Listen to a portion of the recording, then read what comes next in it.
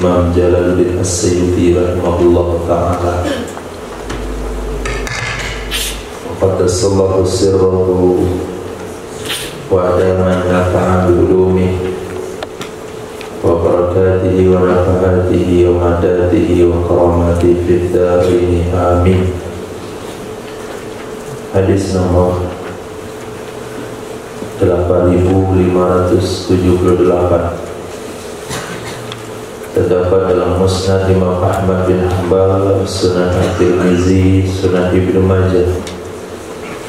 Hadis hasan riwayat daripada Sayyidina Mu'adz bin Anas radhiyallahu anhu. Nabi sallallahu alaihi wasallam bersabda, "Man takhatta, siapa saja yang melangkahi dia riqaban nas, akan pundak-pundak manusia, yaumal jumu'ati, pada hari Jumat, itu ittakhadha, telah membuat atau mengambil ia seseorang jisran, akan jembatan, ila jahannama, ke jahannam. Melangkahi pundak manusia pada hari Jumat, salah satu penyebab seseorang tidak mendapatkan keberkahan pada hari itu, dia tidak mendapatkan pengampunan 1 minggu tambah 3 hari. Ketika Nabi sebutkan pada hari Jumat, ulama juga katakan tidak boleh melangkahi pundak manusia kapan saja. Saya lihat sebagian antum ketika pergi ke belakang mundur karena tugas mencatat atau sebagainya, itu kadang tidak melihat langsung karena dia tinggi kali,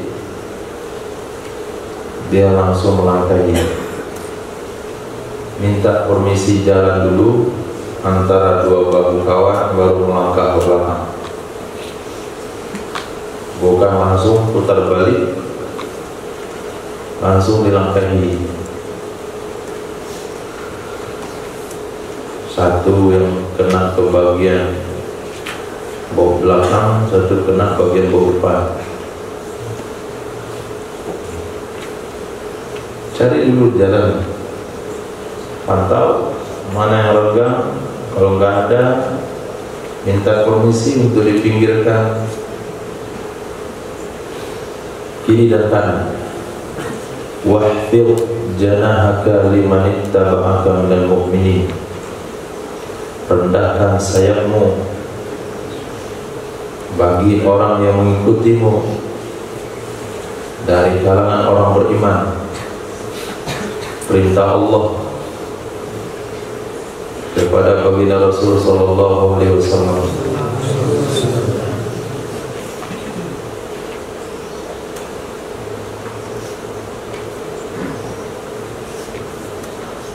Kalau Nabi saja disuruh merendahkan sayap kepada orang beriman, maka sewajarnya dan selayaknya kita sesama lebih layak untuk itu.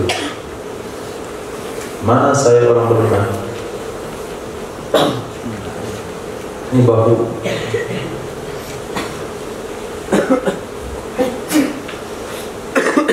Maka tradisi yang mereka berjalan di depan orang lalu menundukkan badan, tapi tidak hukum, hanya sekedar memberikan arahan tangan gitu, sedikit merendah.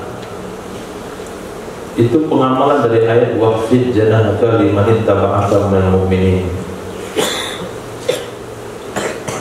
Tapi sebagian kaum yang otak tersumbat mengatakan itu sujud dan hukumnya haram. Bagaimana kita caranya mau lewat antara dua orang pada hari Jumat atau keluar dari sholat? Tentu kita sentuh bahunya supaya dia kasih jalan. Karena kalau kita langsung melompati dua bahu orang yang sedang duduk, kita lompati, berarti kita telah membuat sebuah jembatan menuju ke jahanam. Artinya dia masuk neraka. Hadis hasan. Man takhattal hurmatain,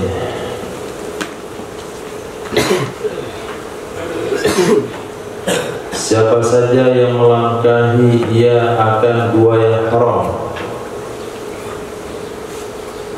Siapa saja yang melangkahi ia akan dua yang haram.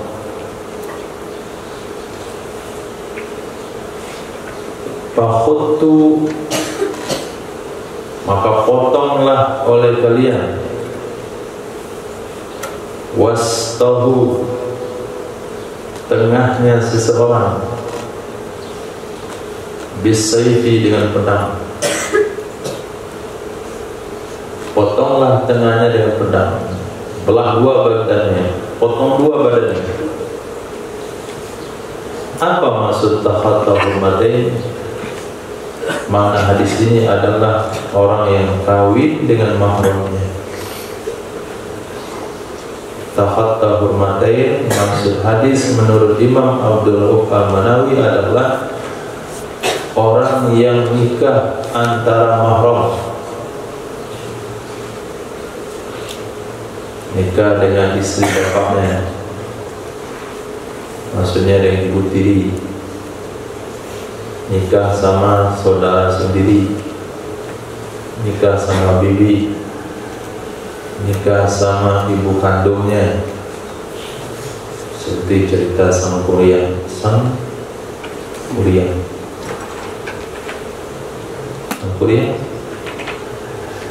Nah, kalau ada terjadi di alam nyata orang yang nikah dengan mahramnya, maka potong dua badannya.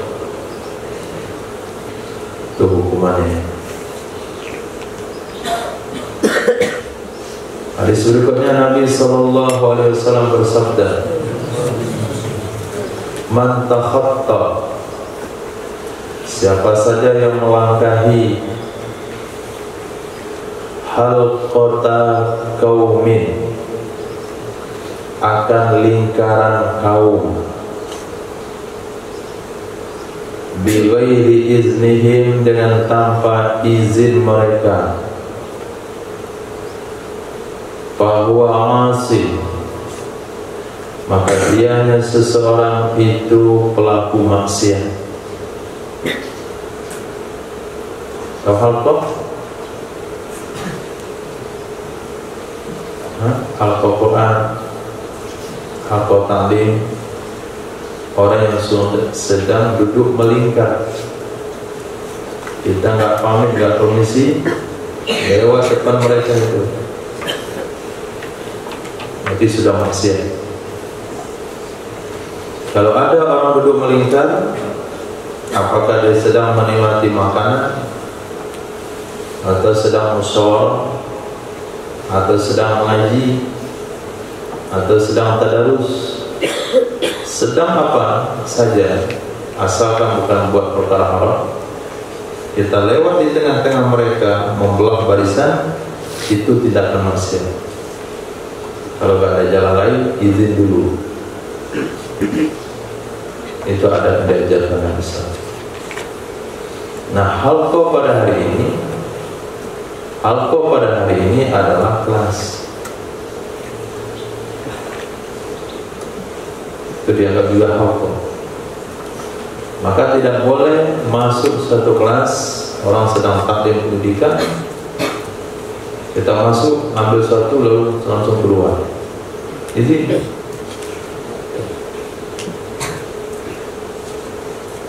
Assalamualaikum, izin sebentar. Itu kalau menentukan misalnya ada sesuatu yang masih diperbaiki di kelas itu bagian dari halqah. Nah, man tadawa bihramin, siapa saja yang berobat dia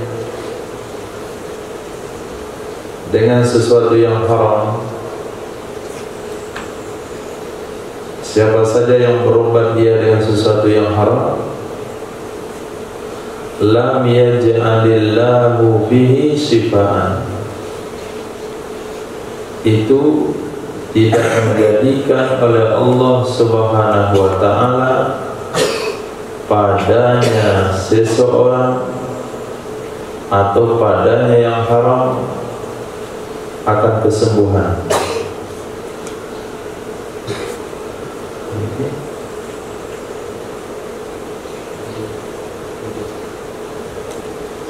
Nah, jadi orang yang berobat dengan perkara haram, Allah tidak akan berikan di sana kesembuhan, kecuali darurat. Darurat dalam ilmu medis, ada uzur untuk memakai yang haram. Misalnya berobat dengan enzim babi, berobat dengan khamar. Dulu ketika medis belum terlalu berkembang, ketika orang keselak makanan, salah satu untuk menurunkan makanan dari tenggorokan adalah khamar. Nah, ulama katakan kalau ketika saat itu tidak ada yang lain kecuali hanya khamar, maka hukumnya boleh dengan dalil ad-daruratu tubihul mahzurat. Tapi kalau dia enggak mau mengerjakannya, dia lebih memilih mati daripada makan yang haram, maka itu suatu tindakan yang dipuji dalam agama. Enggak mau makan yang haram, mati tidak ada masalah. Enggak mau makan obat yang haram, biarlah mati daripada makan yang haram. Ini satu mujahadah yang dituntut atau dianjurkan dalam ilmu agama, dalam beragama. Maka sebelum makan obat, terutama obat batuk, apalagi bagi tim kesehatan, kalau kawan itu obat batuk, dicek komposisinya. Kalau ada tertulis alkohol 0,5%, 1%, maka tidak boleh dibeli. Itu hukumnya haram. Begitu juga obat-obatan yang lain. Begitu juga kalau obat tertulis di sana ada campuran galetin. Nah, ya disebutin galetin apa? Galetin doang. Jangan dimakan. Karena yang paling mudah dan murah harganya adalah galetin babi. Galetin sapi mahal. Yang murah itu galetin babi. Ada komposisi obat galetin. Walaupun labelnya halal, nggak boleh dimakan. Apalagi nggak ada label halal. Dan tidak setiap yang tidak ada label halal itu halal.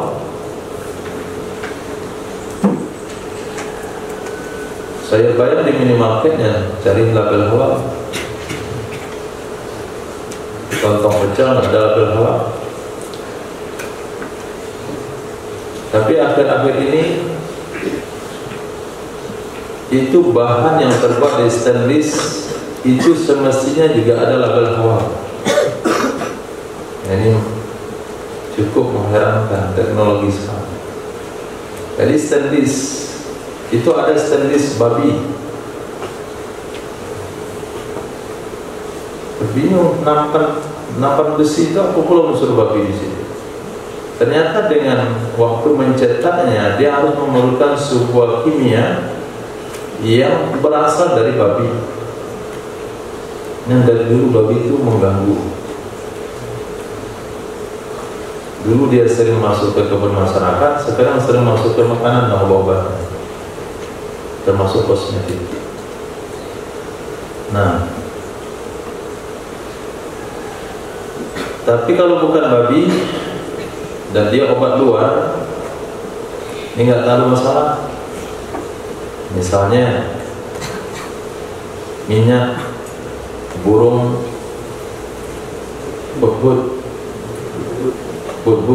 Nah, itu kan untuk obat terkilir, obat pijat dan urut, nggak ada masalah.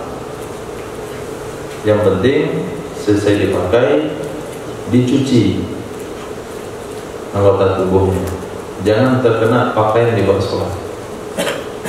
Tapi kalau diminum nggak boleh. Jadi ada najis ringan, ada najis babi. Najis babi itu tidak dikasih, nggak ada toleransi untuk dipakai jadi obat luar atau obat dalam. Kalau dia najis ringan, najis mutawassithah, minyak dari bangkai, minyak dari sunu badak.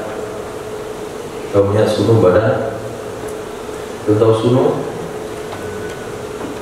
Sunu nggak tahu? Patuk badak. Nah, apa namanya? Cula.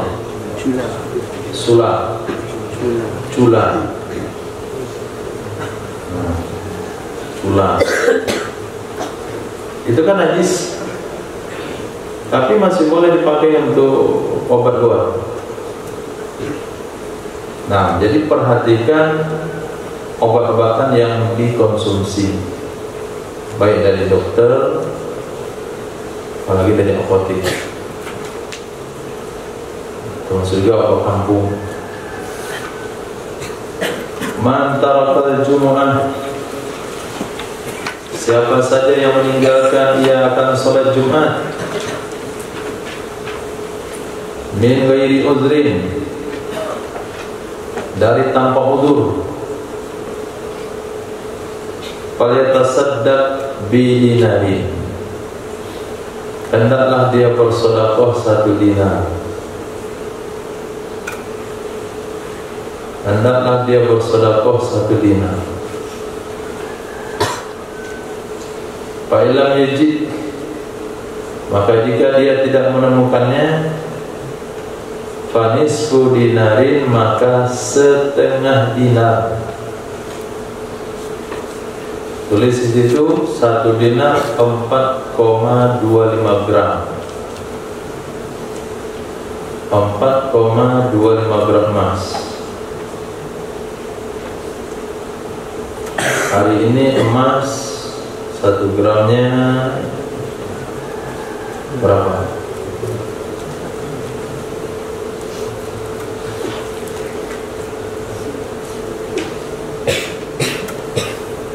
Harga 1 gram emas.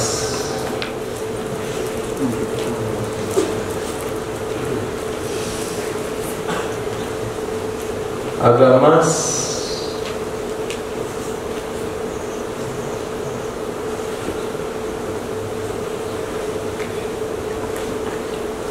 2.400.000.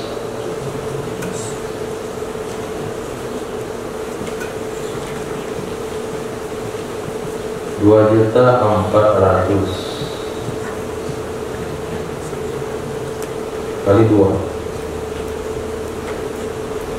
Maaf, 4 kali 2,5.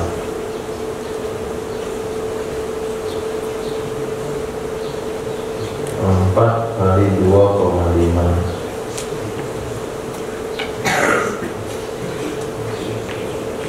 2.400.000. Nah, 1 gram itu, 1 dinar itu 10.200.000. Itu kafarat orang nggak sholat Jumat.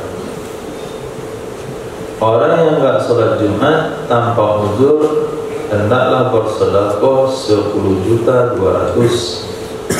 Kalau dia tidak mendapatkannya, maka setengah dinar 5.100.000.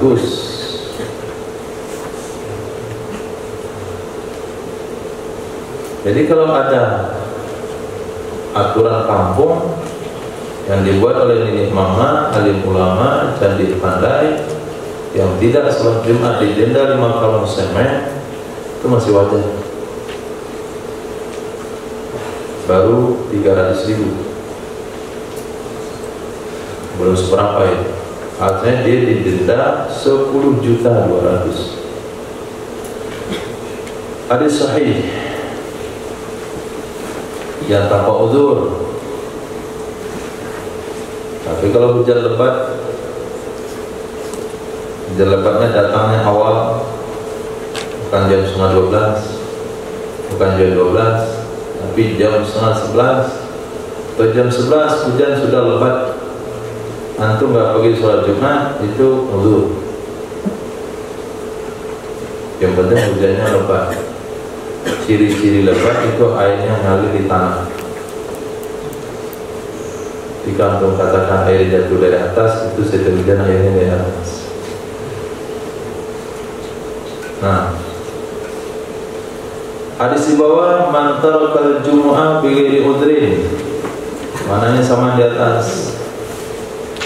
Siapa saja yang meninggalkan dia akan sholat Jumat tanpa udzur, falyatasaddaq bidirhamin, hendaklah dia bersedekah 1 dirham.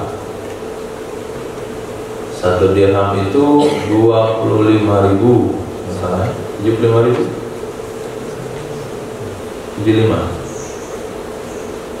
75.000. Au nisfi dirhamin, atau setengah dirham, 32.500, 37.500. Au sa'in, atau 1 sa'. 1 sa' itu 2,8 kilo beras. 2,8 kilo beras senilai zakat fitrah. Au muddin, atau 7 on beras. Mud 7 on, sok 2,8. Jadi antum bayar zakat fitrah jangan lagi 2,5, di 2,8. Nah, zakat fitrah yang tertinggal wajib diqadha, tambah 3 on. Usia antum 15 tahun, berarti sudah zakat fitrah 15 kali, dikali 3 on, tambah 4,5 kilo lagi. Nah, tambah 4,5 kilo. Nah, kalau di rumah ada orang tua usia sudah 50, berarti 5 kali 3 on, 50 kali 3 on, 15 kilo tambahan zakat fitrah. Nah, karena hitungan akurat bukan 2,5 kilo, 2,8. Kenapa? 1 sok itu 4 mud. 1 mud itu 7 on. Man tarakal libas, siapa saja yang meninggalkan ia akan pakaian. Siapa saja yang meninggalkan dia akan pakaian. Kenapa dia tinggalkan? Arti ditinggalkan tidak jadi dipakai. Tawadu'an lillah, karena tawaduk kepada Allah. Wa huwa yaqdiru alaih, padahal dianya seseorang itu mampu ia atasnya pakaian. Itu da'ahullahu yawmal qiyamah, memanggil akannya seseorang oleh Allah pada hari kiamat, ala ru'usil khalaik, di atas seluruh makhluk. Ru'us, kepala-kepala, maksudnya di atas seluruh khalayak makhluk. Hatta yukhayyirahu, sehingga memberikan pilihan ya Allah Subhanahu wa ta'ala kepadanya seseorang,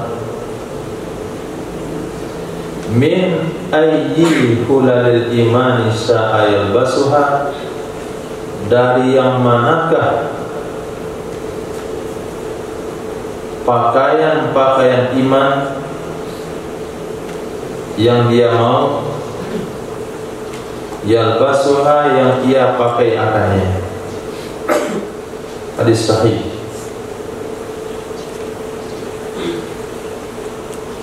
Beli gamis, ada yang harga 250, ada yang 350, ada 450, ada yang 600.000. Dia pilih. Kalau soal uang itu cukup mudah, dia beli yang harga 600, tapi dia nggak mau beli, nggak mau terlalu wah, dibelilah yang harga 300-an, separuh dari kemampuannya. Itu dianggap tarakal libas tawadu'an lillah. Sendal juga sama.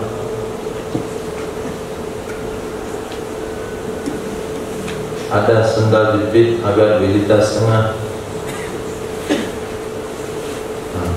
Dia pilih yang harga 15.000 karena nggak punya uang, maka dia nggak dapat fadilah. Tapi karena tawaduk dengan Allah, maka dia akan mendapatkan fadilah di seluruh khalayak mahsyar. Dia akan dipanggil ke hadapan Allah, fulan bin fulan, yang di dunia dulu mampu beli mobil Alphard, tapi dia beli Xenia saja karena tawaduk dengan Allah. Sekarang kamu pilih pakaian mana kamu sukai, silakan ambil.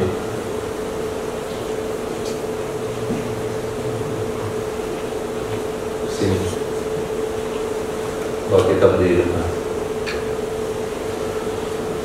Nah, itu tarakal libas. Begitu juga tarakal libas bukan hanya membeli, tapi juga memakai.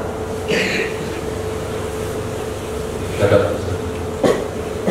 yang ini buat sholat. Nanti waktu sujud memang bawa nasi lagi. Atau pula yang goreng nasi ini sejadah.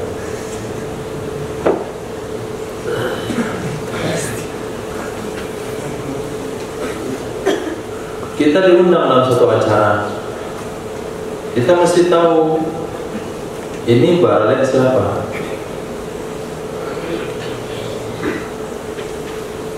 Nah, acara siapa? Oh, ternyata acara orang-orang sederhana. Kita punya pakaian yang mewah, kita nggak jadi pakai yang sederhana supaya tidak menyakiti atau tidak membuat sedih keluarga yang didatangi. Itu termasuk tarokel libas tawadu'an lillah. Maka sesuaikan pakaian dengan tempat yang kita datangi. Jangan jadwal khususinya, jadwal berkunjungnya, jadwal bertamunya ke rumah orang yang sederhana. Antum pakai pakaian mewah, ini menyebabkan tuan rumah minder atau bersusah hati. Kalian dikatakan mohon maaf Pak ya, cuma tikar kami kayak gini, tentukan Bapak kotor. Ini kita datang berdosa. Oh, datang ke kampung pemulung, pinjam kain-kain yang jatuh di belakang itu cuci. Maka yang ada kuning di sini, ada cat di sini, cuci yang sudah keriting, sendal yang dua warna, itu datang ke situ. Setelah itu kami memberikan bantuan. Dia kalau yang datang tuh sama jawab, tapi dia mau menyumbang. Padahal dia orang kaya, bukan konten. Karena Allah Subhanahu wa ta'ala lillahi, bertemu ia seseorang dengan Allah, wa huwa alaihi ghadban, dan dianya Allah atasnya seseorang itu marah, meninggalkan sholat. Tidak ada dalam konsep santri meninggalkan sholat. Kalau ada, dia adalah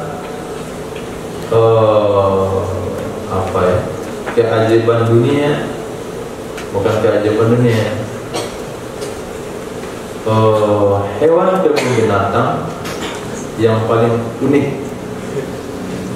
yang cocok untuk dipajang di Bukit Tinggi dan bayar tiket 30.000 untuk bertemu dengan hewan tersebut.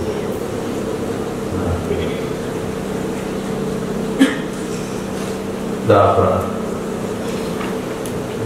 santri nggak sholat adalah hewan kebun binatang yang paling mahal tiketnya. Ayo kita ke Bukit Tinggi, ada sekarang hewan baru datang, paling mahal tiket. Di situ KPC ya, itulah yang pakai KPC nggak sholat itu yang paling mahal tiket. Nah begitu saking anehnya kalau ada santri nggak sholat. Dan orang nggak sholat, nanti dia jumpa Allah, Allah marah sama dia. Kalau orang tua saja marah, kita nggak nyaman pulang ke rumah. Banyak laki nggak berani pulang karena istrinya marah. Nah, padahal laki-laki itu nggak berani dia pulang ke rumah karena istrinya sedang marah di masjid. Apa-apa itikaf aja dia. Beginilah meningkatkan iman. Selidiki ternyata dia sedang marah sama istrinya, meningkatkan iman. Nah, bagaimana kalau yang marah itu Allah? Nyawa dari Allah, rezeki dari Allah, mata, kesehatan, semuanya dari Allah. Pas pulang ke akhirat, yang berharap kita hanya kepada Allah, Allah yang tempat berharap, itu justru marah. Jangan sampai dapat marah Allah karena tidak mau korban hanya 5 menit setiap waktu sholat. Pasti susahnya 5 menit, sumbangkan waktunya untuk Allah. Sholat subuh paling lama 10 menit. Itu kalau imamnya ayatnya panjang. Nah, kenapa Utsman digeser imam hari Rabu? Biasa hari Selasa. Itu kan Selasa mau keluar suaranya. Kira sengaja ditukar oleh tim pendidikan, oleh tim ibadah, karena hari Rabu tambah tugas masang sorban, jadi diletakkan imam yang ayatnya panjang. Nah, ganti dengan ayat sedang. Nah, paling lama itu 10 menit, sejadah hari Jumat 15 menit. Kalau kita kumpulkan sejadah hari Jumat 15 menit, sholat Jumat dengan sholatnya setengah jam, berarti baru 45 menit, tambah 3 waktu yang lain masing-masing setengah jam, maaf, totalnya 3 jam. Yang paling sholat itu 1 jam 15 menit, 1 jam setengah itu kalau hari Jumat. Selain hari Jumat paling 1 jam, masing-masing sholat 20 menit. Apalagi kalau antum pakai mazhab Salafi, satu sholat cuma 10 menit. Nah, datang nggak mau sholat sunat, duduk saja, doa, tunggu qomat. Pas qomat sholat, salam kiri kanan, dia jalan, loncat. Nah itu 5 menit cuma itu. Gak pakai zikir-zikir, gak pakai doa-doa. Karena kalau zikir tahu maksudnya apa. Itu paling setengah jam. Itu banyak orang ini mazhab Salafi karena mudah beragama, gak pakai zikir-zikir, cukup setengah jam saja. Masa dengan untuk waktu setengah jam ketemu dan Allah Muhtar. Waktu dikasih 24 jam, berarti diberikan untuk kita 23 jam setengah. Hanya setengah jam untuk Allah setiap waktu. Lebih banyak lagi waktu untuk kerjamu.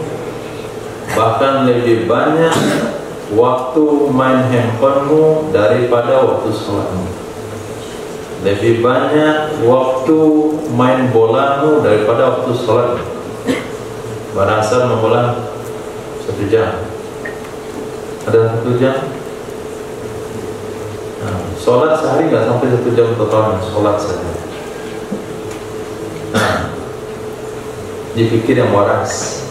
Jangan gara-gara waktu yang sedikit kita nanti dimarah Allah.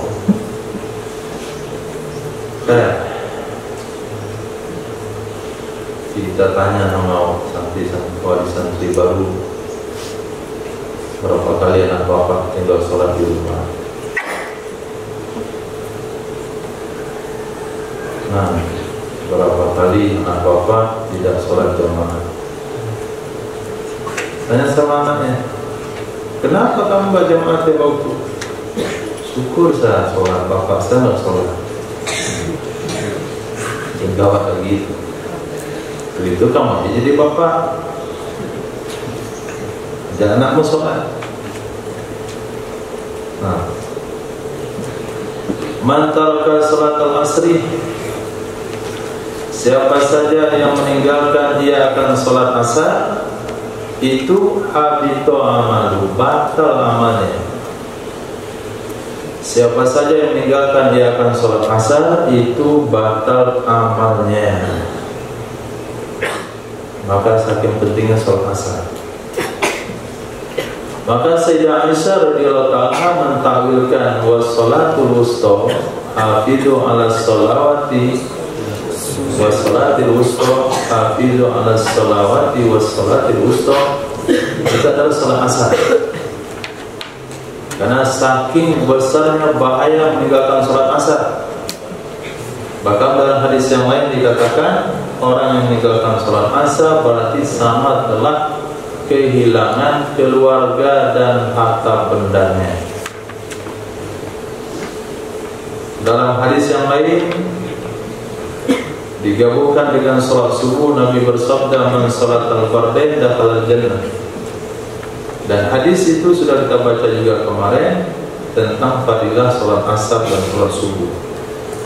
Itu dua salat yang sangat penting, subuh dan asar.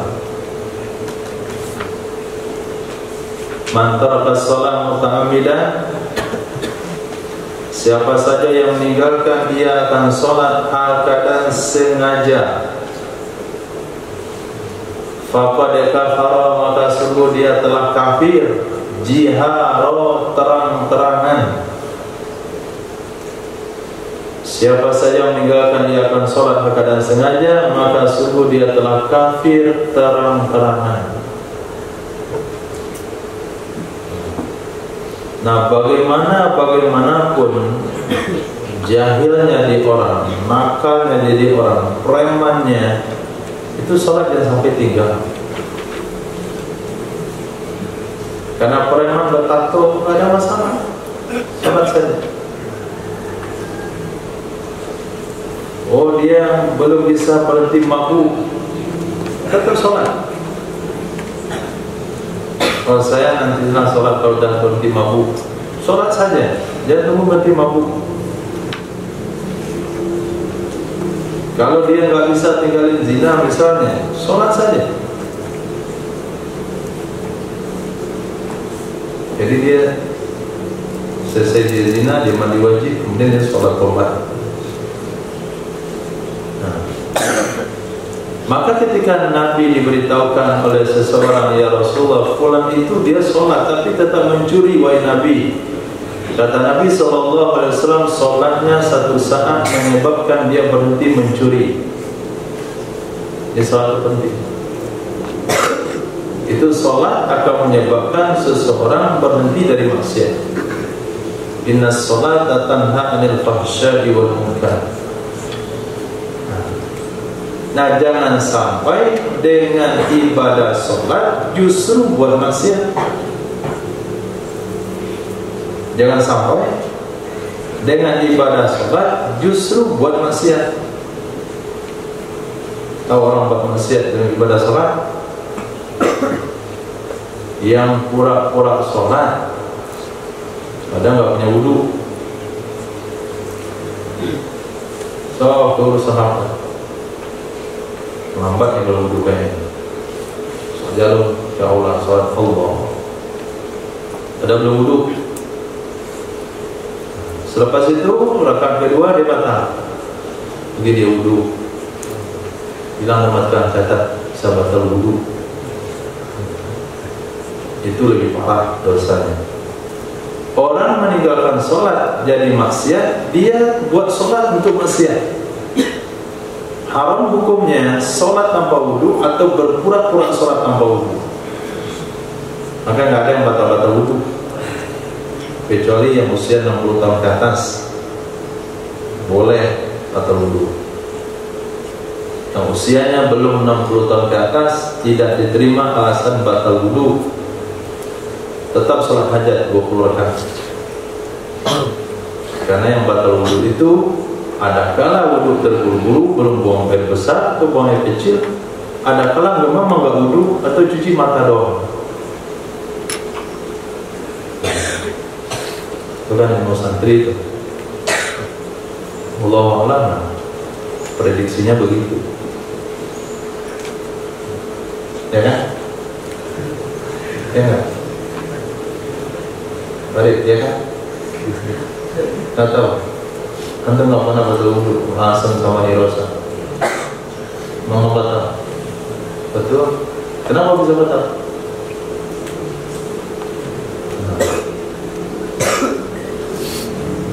Betul. Usia berapa?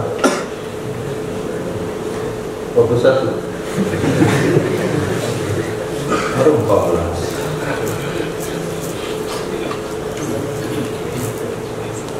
Ada buang angin dalam sholat.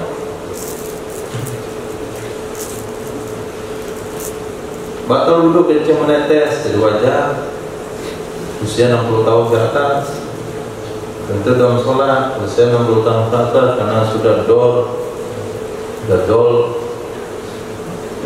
Nah, kayak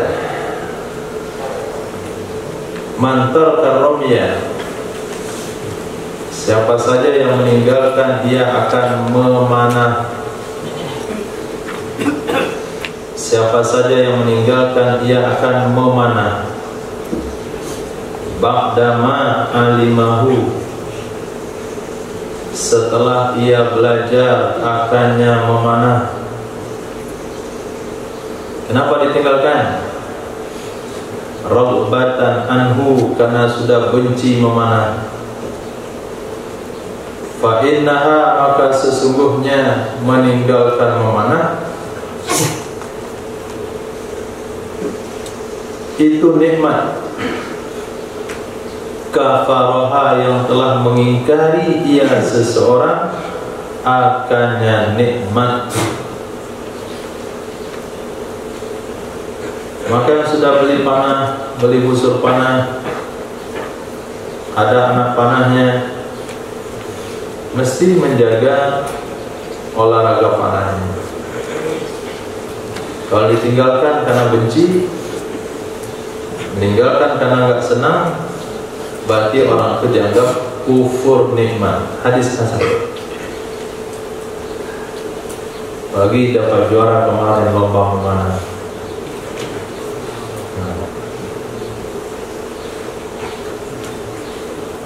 Lomba jarak 3 meter. Itu pun kena lingkaran yang paling tinggi. Itu belum bisa perang itu. Perang itu jarak 50 meter minimal. Nggak ada berhadapan sama musuh jarak 3 meter. Itu alatnya pedang 3 meter. Panah itu 50 meter. Musuh di sini, kita di sini, musuh itu di seberang sungai itu, dalam sawah. Baruan panah. Nah, panah prajuritnya kena panglimanya, langsung menang.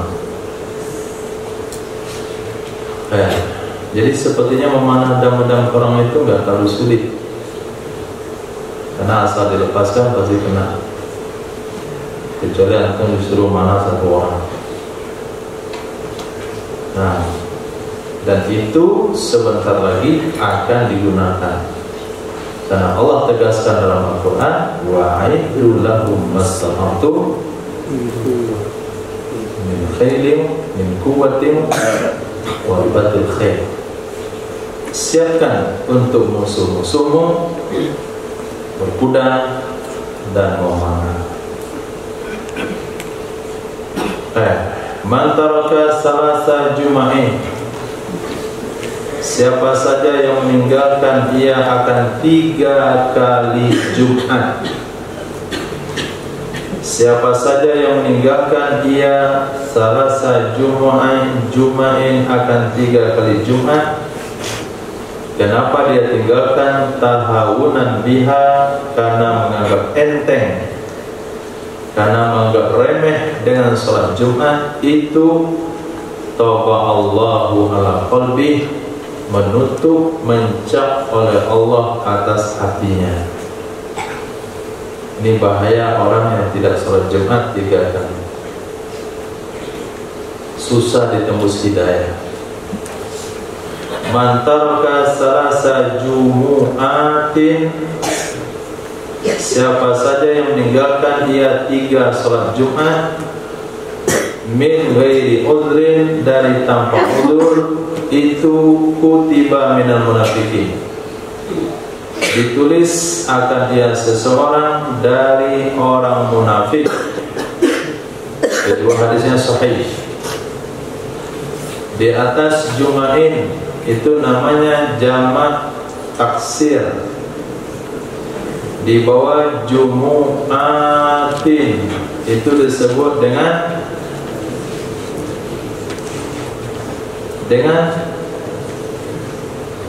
isim yang ditanggungkan ke jamak muannas yang salim. Dia tidak boleh dikatakan jamak muannas karena taknya berasal daripada ta mufrad. Jumu'atin, mufradnya ada pakai ta, maka di jamaknya ada lagi ta. Tapi ta yang ada di jamak berasal daripada ta mufrad, maka dia disebut jamak isim yang ditanggungkan ke jamak muannas yang salim. Karena ciri-ciri jamak muannas yang salim, kalau dibuang alif taknya tinggal mufrad yang utuh. Muslimat, buang alif ta jadi muslim. Jumu'at, buang alif ta jadi jumu'. Pada mufradnya jum'ah atau jumu'ah. Jadi orang enggak sholat Jumat 3 kali, hatinya Allah tutup dan dia ditulis sebagai orang munafik. Man tazawwaja, siapa saja yang menikah ia, faqad istakmala nisfal iman, maka sungguh ia telah menyempurnakan setengah iman. Falyattaqillah, maka hendaklah ia takwa kepada Allah fin nisfil baqi, pada setengah yang sisa. Jadi antum yang bujangan itu sesoleh-solehnya antum, setaat-taatnya antum, itu imannya baru setengah. Orang yang sudah menikah, maka imannya sudah sempurna setengah, tinggal ditambah dengan takwa kepada Allah, jadilah iman yang sempurna. Jadi nikah itu adalah setengah iman. An-nikahu nisful iman. Itu kesimpulan hadis.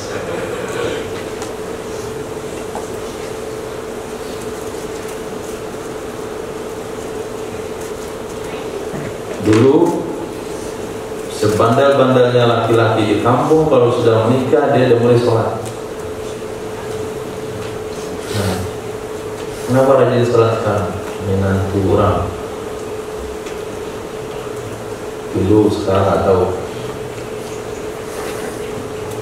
Orang kalau sudah dinikahkan dia akan merubah dirinya. Itu prinsip masyarakat Minangkabau dulu. Jadi kalau sebelum menikah dia jadi maling ayam kadang-kadang, jadi penjahat di kampung, sepenjahat-penjahatnya penjahat kampung nyuri ayam, atau panen padi orang malam-malam. Tapi setelah menikah dikasihlah gelar,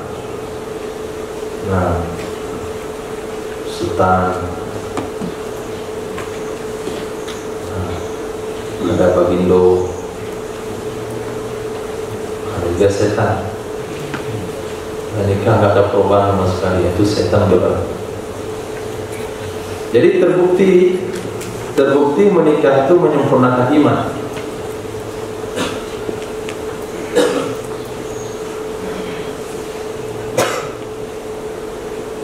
Gila main game waktu muda, nikah yang coba-coba main game. Antum kasih dengan kota makanan anak orang, dengan sinyal. Kenapa gak main game lagi? Lebih berburu, ya hari dia buru babi. Pernikahannya coba-coba, tampar ke orang tua. Kira anak saya makan daging babi. Jadi nikah itu menyempurnakan setengah iman. Kenapa? Karena matanya terjaga, karena kehormatannya terjaga. Fa innahu aghaddu lil basar wa ahsanu lil farji. Hafiz. Sesungguhnya menikah itu lebih menjaga kehormatan dan lagi menjaga pandangan. Nah, karena iman keluar lewat pandangan. Iman akan keluar lewat pandangan secepat anak panah meninggalkan busuk. Kalau dia sudah menjaga pandangannya karena sudah menikah, maka imannya nggak keluar lewat pandangan dan menjaga kehormatan. Maka menikahlah. Nah, sejumat tanpa orang tua, siapkan calon masing-masing. Nikah masal. Baik yang apalnya yang baru zikiran, sampai sudah kubro. Maka santri akan jadi 2 kali lipat. Tunggu setahun setelahnya menjadi 3 kali lipat. Tunggu setahun lagi 4 kali lipat. Nah, itu lebih cepat cara pengembangan pondok pesantren. Nah, hadis berikutnya Nabi SAW bersabda, "Man tazayyana bi amalil akhirah." Siapa saja yang menghiasi dirinya dengan amalan akhirat. Siapa saja yang menghiasi dirinya dengan amalan akhirat, wa huwa la yuriduha, padahal dia tidak menginginkan akannya amalan akhirat, wala yatlubuha, dan dia tidak mencari akannya amalan akhirat, itu lu'ina fis samawati wal ardh, dikutuk akan dia seseorang di langit dan di bumi. Menghiasi diri dengan amalan akhirat. Suasana ini terjadi sebelum kampanye, waktu kampanye pemilihan pilkada. Nah, anggota MPR, DPR, apalagi kalau mencalonkan diri jadi presiden, merasa tidak sah kalau nggak haji, akhirnya pergi haji. Sebenarnya dia nggak pengen haji dan tidak mau haji, tapi haji itu hanya untuk menghiasi dirinya. Ditulis di balik kan cocok tuh, haji, calon presiden haji, titik-titik. Nah, siapa saja ujung namanya A, titik-titik, ulang gitu. Itu rakyat Indonesia itu senang, ada nilai lebih kalau haji. Berarti dia mengamalkan amalan akhirat hanya untuk menghiasi diri. Pakai sarung, taruh di leher, pergi pengajian, duduk dalam majlis taklim, hadir sholat Jumat, hadir buka bersama, hadir sholat tarawih, hadir menyantuni anak yatim, hadir menyantuni fakir miskin. Tujuannya hanya untuk popularitas, karena mau mencalonkan diri menjadi gubernur tahun depan, menjadi ketua DPR, MPR, jadi presiden, wakil presiden. Orang itu dikutuk di langit dan di bumi. Di bumi siapa yang ngutuk dia? Masyarakat yang milih dia. Nyesal saya pilih dia. Musang berbulu ayam ternyata. Nah, orang kutuk dia. Kemarin janjinya bagus, sekarang janjinya nggak bagus. Dasar. Macam-macam keluar kutukan dari masyarakat. Itu kutukan dari bumi. Kutukan dari malaikat juga sama. Kalian nipu saya ya, kata malaikat. Kemarin enak-enak aja kamu tawaf dengan Ka'bah dengan baju terbalik. Sekarang macam-macam. Kata malaikat di langit. Saya pun kaget kemarin tuh lihat kamu itu tawaf dengan baju terbalik. Ternyata ini tujuannya. Jadi mau di langit mau di bumi dia mendapatkan kutukan, baik dari malaikat maupun dari manusia. Nah, begitu juga dengan hal-hal yang lainnya. Nah, tazayyana bi amalil akhirah, menampilkan diri sebagai ahli Quran, menghafal Quran, mempelajari makhraj Al-Quran, suara yang bagus, hanya untuk menghiasi diri. Lebih parah lagi kalau untuk cari uang, hanya untuk jadi juri MTQ sama untuk lomba-lomba. Nah, dia juga mendapatkan bukan hanya kutukan, tapi dia diharamkan mendapatkan surga Allah. Man tashabbaha biqaumin fahuwa minhum. Siapa saja yang menyerupai satu kaum, maka dianya seseorang bagian dari mereka kaum. Jadi kita pakai sorban itu karena bukan kita soleh, tapi karena ingin menyerupai orang soleh. Kita sholat berjamaah itu bukan karena kita soleh, tapi karena pengen menyerupai orang soleh. Karena orang soleh sholat berjamaah. Nah, kita belajar kitab ini bukan karena soleh, tapi karena orang soleh itu belajar hadis, orang soleh belajar Quran, orang soleh menghafal Quran, orang soleh berakhlak baik. Kita lakukan karena menyerupai mereka dengan harapan bagian dari mereka. Maka jangan dihukumi soleh orang-orang yang pakai gamis. Itu udah soleh itu berarti kamu 3 hari tobat udah soleh. Enggak, tasyabbaha minhum, kami baru menyerupai mereka, belum. Murung dia pagi sedih. Itu kenapa sedih pagi-pagi? Itulah yang kebangun saya tadi malam menyesal tadi. Baru soleh. Kenapa antum menung-menung pagi hari? Tapi baru nggak laku.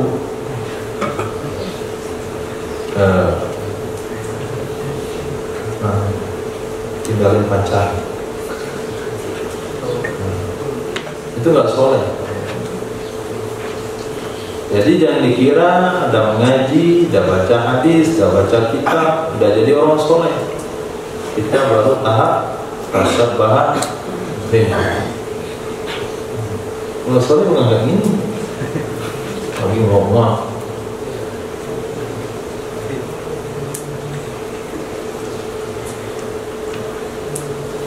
Man tasabbaha, tasabbaha. Siapa saja yang memakan di pagi hari. Man tasabbaha. Siapa saja yang memakan di pagi hari. Kula yaumin, setiap hari. Bisa tamarat, dengan 7 butir korma. Ajwatan, ajwa. Lam yadurrahu, nis itu tidak membahayakan akannya seseorang pada demikian hari. Summun wala sihrun, oleh racun dan tidak juga sihir. Hadis sahih riwayat Imam Bukhari Muslim. Nanti zuhur kita akan datang khususi sosialisasi, apalagi yang bahasa yang pakai isi. Kita takut karena rumah yang mau kita datangi itu punya racun. Nah, jarang yang datang ke rumah dia itu yang selamat. Ada yang batu-batu pulang, ada yang TBC pulang di situ, ada 3 hari mati. Kita mesti datang ke tempat tersebut. Misalnya antum tugaskan dakwah pemantauan, nah, jumpa dengan si kiri. Iya. Kemudian introduksi minuman dan lantai anjing.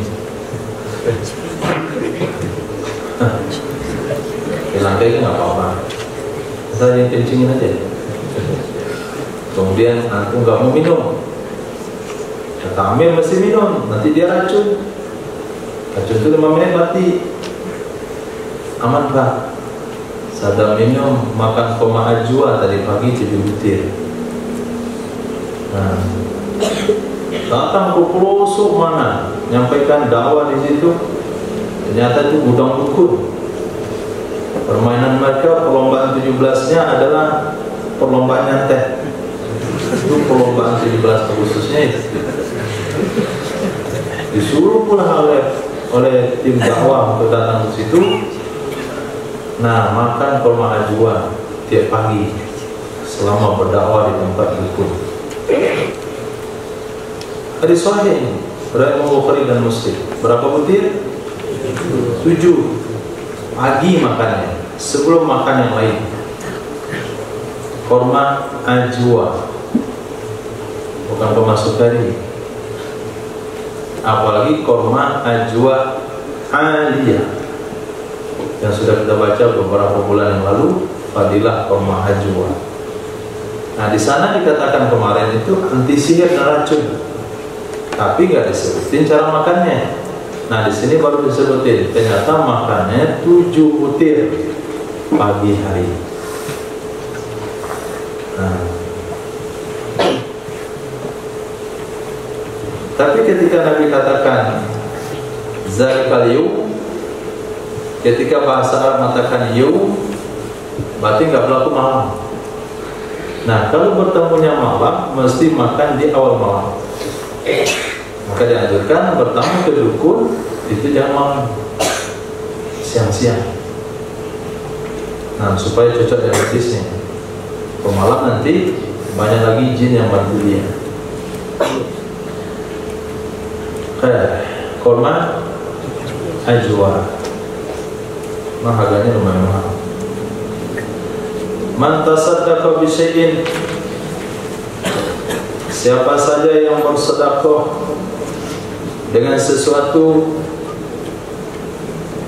min jasadihi, dari badannya, itu uqtiya bi qadri ma tasaddaqa, diberikan akan ia seseorang sesuai dengan kadar yang ia bersedekah. Orang yang bersedekah dengan sesuatu dari badannya akan diberikan sesuai dengan kadar yang ia bersedekah. Apa maksud bersedekah dengan badan? Beliau menjelaskan, orang yang dilukai fisiknya, dipotong anggota tubuhnya, maka dia berhak memotong anggota tubuh orang yang memotong tubuhnya, tapi dia maafkan. Dia tidak mengkisos dan dia tidak mengambil diat, berarti dia telah bersedekah, maka dia akan mendapatkan kadar yang telah dia sedekahkan. Itu penafsiran dari Imam Abdul Rauf. Man taqabbaba, siapa saja yang pura-pura jadi dokter. Man taqabbaba, siapa saja yang pura-pura jadi dokter, walam yu'lam minhu tibbun, tidak pernah diketahui darinya akan ilmu kedokteran, bahwa domin, maka dianya seseorang itu harus membayar. Dianya seseorang harus membayar. Nah, maka hati-hati berobat dengan dokter, apalagi dokter-dokter yang keluaran baru-baru sekarang. Belum tahu bagaimana mereka sesungguhnya belajar. Pergi belajar, dia pergi tawuran, sehingga ketika pembelajaran kedokteran banyak yang dia tidak mengerti. Kemudian lulus sebagai dokter. Ketika lulus sebagai dokter, kepala. Ketika lulus sebagai dokter, dia bawa praktek. Kita yang tahu dia kan dokter, dah lulus. Kita nggak tahu waktu belajarnya kemarin bagaimana. Akhirnya waktu kita orang hilang. Kejadian di Solo itu, nah, kita anak orang hilang semuanya. Maka dia nggak belajar kita. Dan kemarin operasi apa mati orangnya. Operasi apa ya? Akhirnya mati yang dioperasi. Nah, maka orang yang tidak punya legalitas kedokteran, praktek kedokteran, dia harus ganti nyawa orang yang mati itu. Apa bayarannya? 100 ekor onta. Dia dianggap pembunuh. Man ta'azzarat alaihi tijarah. Ini ilmu bisnis. Siapa saja yang susah di atasnya oleh berdagang, siapa saja yang susah di atasnya oleh berdagang, udah dagang modal banyak, keuntungan kurang, mau dibuka ramai sebulan 2 bulan, pada bulan ketiga orang udah tinggalkan, karena orang pergi ke mall kan belanja hanya untuk melihat berapa besar mallnya, permainan apa saja yang ada. Kalau belanja mahal. Nah, kayak penting para pedagang sekarang. Apa saran Nabi? Fa'alaihi bi Oman. Hendaklah dia pergi ke negeri Oman, satu negeri yang ada di Yaman. Pergi ke Oman situ. Kata Nabi, di situ mudah berdagang. Allahu a'lam. Yang jelas itu pasti, karena yang ngomong Rasulullah, riwayatnya sahih.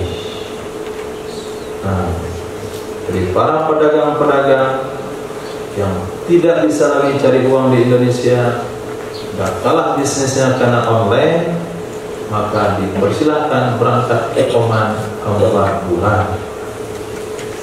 Nah, coba dulu 4 bulan maksudnya.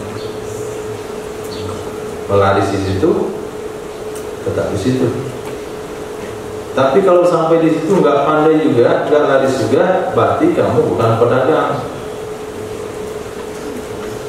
Nah, pulang lagi ke kampung jadi petani. Man ta'azzama fi nafsihi. Siapa saja yang merasa besar di dalam dirinya, ta'azzama fi nafsihi, merasa besar dalam dirinya, waqtana fi misyatihi, dan dia angkuh dalam berjalannya, laqi Allah, itu bertemu ia dengan Allah, wa huwa alaihi ghadban, dan dianya Allah di atasnya seorang itu marah. Nah, ta'azzama fi nafsihi, bangga besar pada dirinya. Dia lihat-lihat, dia pikir-pikir, pulang kampung, duduk di masjid, dia ke kanan, ada orang tua, dia pikiri anak muda yang nggak tahu amburadul. Dia lihat dirinya pakai gamis, pakai sorban, habis Quran. Nah, ambola situ. Nah, yang paling keren di mana-mana. Karena sudah belajar alim 20 tahun, habis Quran lagi, suara bagus. Nah, ta'azzama fi nafsihi itu namanya. Kemudian ketika jalan nanti, oh udah kayak jalan Masyaih. Nggak ada orang nyalami dia, marah ya. Antum nggak mau ambil berkah, ini Masyaih. Maka orang seperti itu jumpa Allah dan dia marah. Maka tidak boleh menganggap lebih baik pada orang lain. Apalagi kalau sampai mengatakan kamu neraka. Lebih khawatir.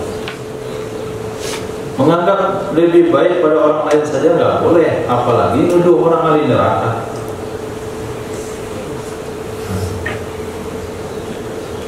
Bagaimana konsep hidupnya? Kita tidak tahu, mungkin amalan yang terbaik yang mana yang ada pada diri dia yang dicintai oleh Allah. Karena yang tahu dengan takwa hanya Allah. Takwa tidak bisa dikaitkan dengan ilmu, tidak bisa dikaitkan dengan amal yang banyak karena takwa itu ada di hati.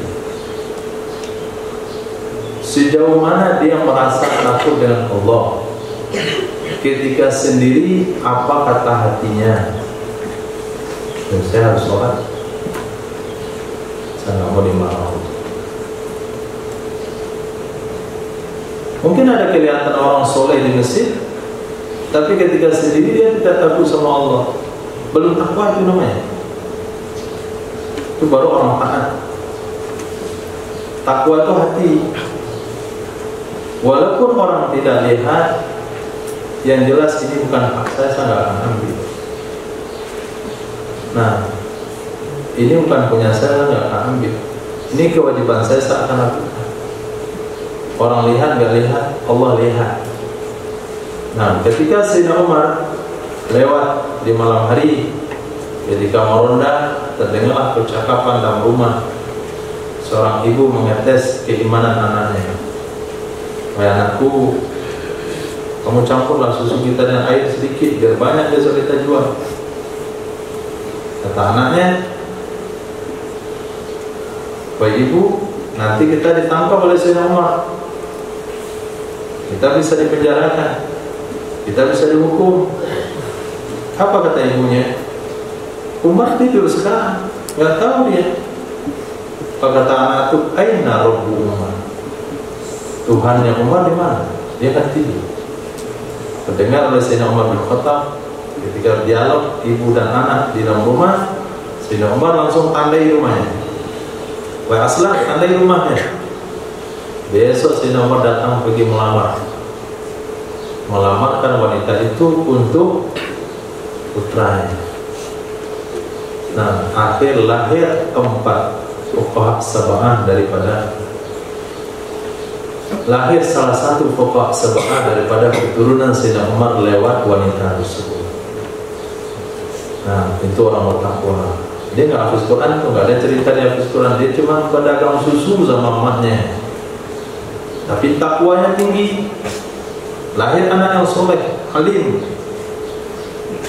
Jadi belum tentu yang alimah, hafizah itu takwa. Ya, asal bercanda. Wanita soleha. Wanita pujaanku. Kalau dia menampilkan diri di media sosial itu nggak soleha, itu solehe. Nah,